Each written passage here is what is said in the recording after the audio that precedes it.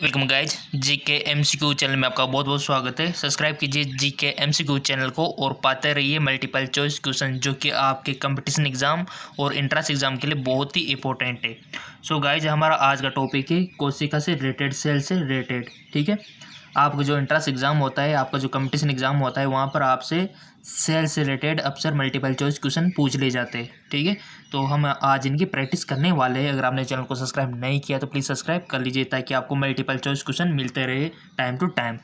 चलते, कोशिका की खोज किसने और कब की थी? सन भी आपको याद रखना है। तो बताइए कि कोशिका की खोज किसने और कब की थी। सो गाइस, जिसका राइट ऑप्शन होगा रॉबर्ट हुक। और कब की थी? 1665 में। ठीक है, यही ऑप्शन दिया हुआ होगा, उस पर आपको टिक लगाना है। चलते आगे, 1665 में। ठीक है, रॉबर्ट हुक ने की थी। अगला है हमारा क्वेश्चन, कोशिका सिद्धांत किसने दिया था? बताइए, कोशिका सिद्धांत किसने दिया था? सो सिंपल, ये दिया था स्लाइडन और स्वान ने। ठीक है, इजी है। आपने जब 8 और 9 में पढ़ रहे होंगे तब भी आपने पढ़ा होगा। ठीक है, चलते आगे। अगला क्वेश्चन है, माइटोकॉन्ड्रिया की खोज किस वैज्ञानिक ने की थी? माइटोकॉन्ड्रिया की खोज किस वैज्ञानिक ने की थी? बताइए, मोस्ट इंपॉर्टेंट क्वेश्चन है। सो गाइस, इसका राइट ऑप्शन है कोलिकर वैज्ञानिक ने। ठीक है, कोलिकर साइंटिस्ट ने की थी इसकी खोज, बट इसका नाम किसी अदर साइंटिस्ट ने दिया था। खोज तो कोलिकर ने की थी, वो आगे हम देखेंगे कि किसने इसका नाम दिया था। ठीक है, चलते आगे। केंद्र की खोज किसने की? न्यूक्लियस की। बताइए, सो की थी रोबोट ने। अगला क्वेश्चन है, लाइसोसोम की खोज किसने की?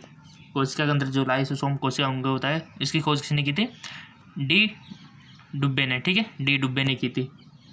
डी डुब्बे ने, डुब्बे आएगा, मिस प्रिंट है, बे आएगा। ठीक है, अगला है हमारा, सबसे छोटी कोशिका कौन सी है? Most important. सो ये क्वेश्चन भी पूछा गया है बहुत सी बार कंपटीशन एग्जाम में, एंट्रेंस एग्जाम में। इसका राइट ऑप्शन होगा माइकोप्लाज्मा। इस पर आपको टिक करके आना है, सबसे छोटी कोशिका। अगला है, सबसे बड़ी कोशिका कौन सी है? उसका अपोजिट बताइए। सो राइट ऑप्शन है शुतुरमुर्ग का अंडा, ये सबसे बड़ी कोशिका है। ठीक है, चलते आगे। अगला क्वेश्चन है, सबसे लंबी कोशिका कौन सी है? सो इसका राइट ऑप्शन है तंत्रिका कोशिका। ठीक है, नर्वस सिस्टम आपने देखा होगा, कुछ इस प्रकार का होता है हमारे नर्वस सिस्टम, गन्ने के जैसा। ठीक है, गन्ने के आकार जैसा हमारा जो है ये होता है, और इसकी संरचना कुछ इस प्रकार से होती है। थोड़ा सा रफ डायग्राम में आपको बना देता हूँ ताकि आपको समझ में आ जाए। ठीक है, इस प्रकार का। ठीक है, ये डेंड्राइड होते हैं, धूम्रकाय होते हैं, बीच में ये होता है, इसमें बीच में गैप होता है। ठीक है, इसकी संरचना हम पढ़ेंगे तब इसको अच्छे से स्टडी करेंगे। तो सबसे लंबी यही है। ठीक है, अगला है हमारा, मानव शरीर की सबसे बड़ी कोशिका कौन सी है? मानव शरीर की सबसे बड़ी कोशिका कौन सी है? देखो, मानव शरीर की बात करें तब आपको मानव शरीर पर ही पूरा फोकस करना है।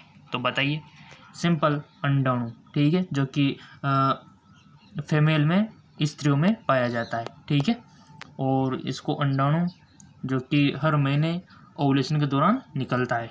ठीक है, तो ये अंडाणु है, एक सेल है जो कि मानव शरीर की क्या है, सबसे बड़ी कोशिका है। ठीक है, चलते आगे।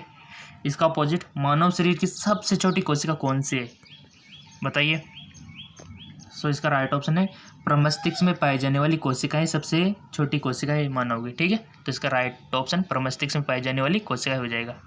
अगला है हमारा, कोशिका झिल्ली किसकी बनी हुई होती है? हमारी जो कोशिका झिल्ली होती है, सेल मेम्ब्रेन होती है, वो किसकी बनी हुई होती है? लिपिड और प्रोटीन की बनी हुई होती है। ठीक है, लिपिड और प्रोटीन की। इसी पर आपको टिक लगा के आना है आपके कंपटीशन एग्जाम में, एंट्रेंस एग्जाम में। ठीक है, चलते आगे। कोशिका भित्ति किसकी बनी हुई होती है? कोशिका सेल के अंदर हम देखते हैं, कोशिका सेल जो है उसके बाहर कोशिका भित्ति होती है इसकी सिक्योरिटी के लिए। ठीक है, तो किसकी बनी हुई होती है? सेलुलोज की। ठीक है, तो सेलुलोज भी टिक करके आ जाना है आपको। चलते आगे। कोशिका का पावर हाउस किसे कहा जाता है? हमारे जो सेल्स होती है उसका पावर हाउस किसे कहा जाता है? कोशिका का पावर हाउस किसे कहा जाता है? आप बचपन में पढ़े होगा तो बता दोगे।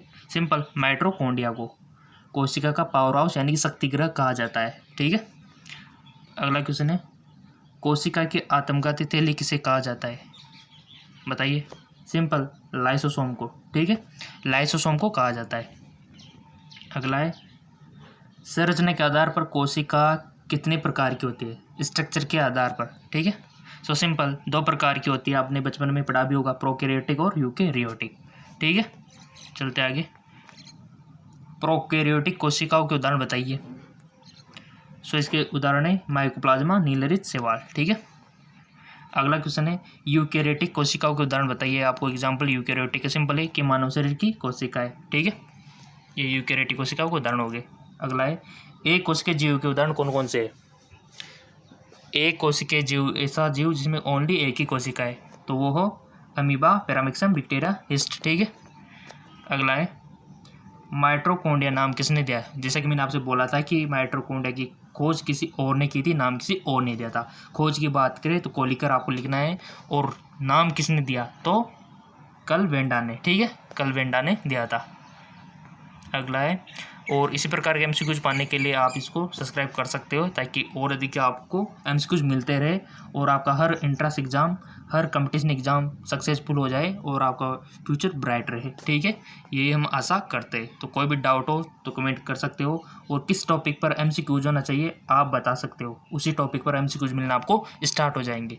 ठीक है, सो गाइज, अगर आपने जीके एमसीक्यू चैनल को सब्सक्राइब नहीं किया तो प्लीज़ सब्सक्राइब कर लीजिए जीके एमसीक्यू चैनल को। ओके, धन्यवाद।